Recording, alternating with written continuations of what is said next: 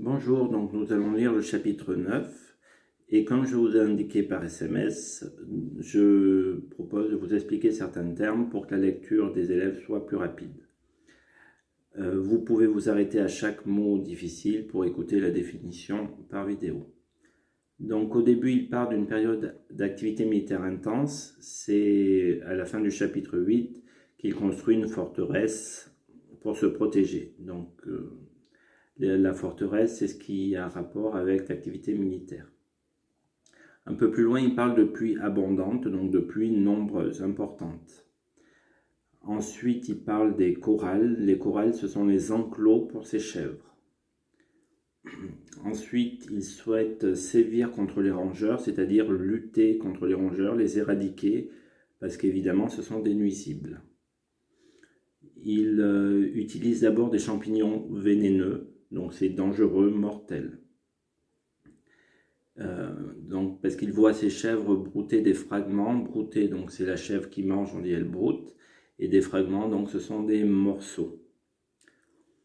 Ensuite, il utilise le terme brunâtre. Brunâtre, c'est-à-dire couleur brun, comme les cheveux bruns, donc marron.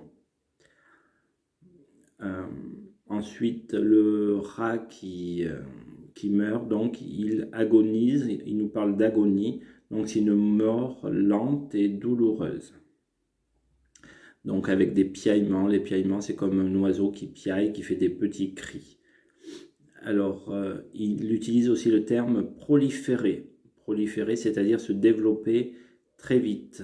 Les rats font beaucoup d'enfants et se développent très vite, donc on utilise le terme proliférer. Si on ne fait rien, les rats se multiplient et après il y a une quantité très importante de rats et c'est ce qui lui fait peur. Donc le rat, on ne voit plus que les lambeaux de chair. Donc des lambeaux, ce sont des morceaux et la chair, c'est des parties du corps. Donc il a été tellement attaqué par les autres rats qu'il est en morceaux. Donc il s'aperçoit que les rats des deux groupes se détestent. Et périr, donc c'est un synonyme du verbe mourir.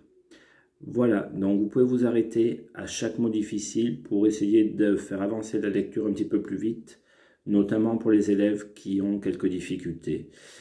Et j'espère que ça facilitera leur lecture.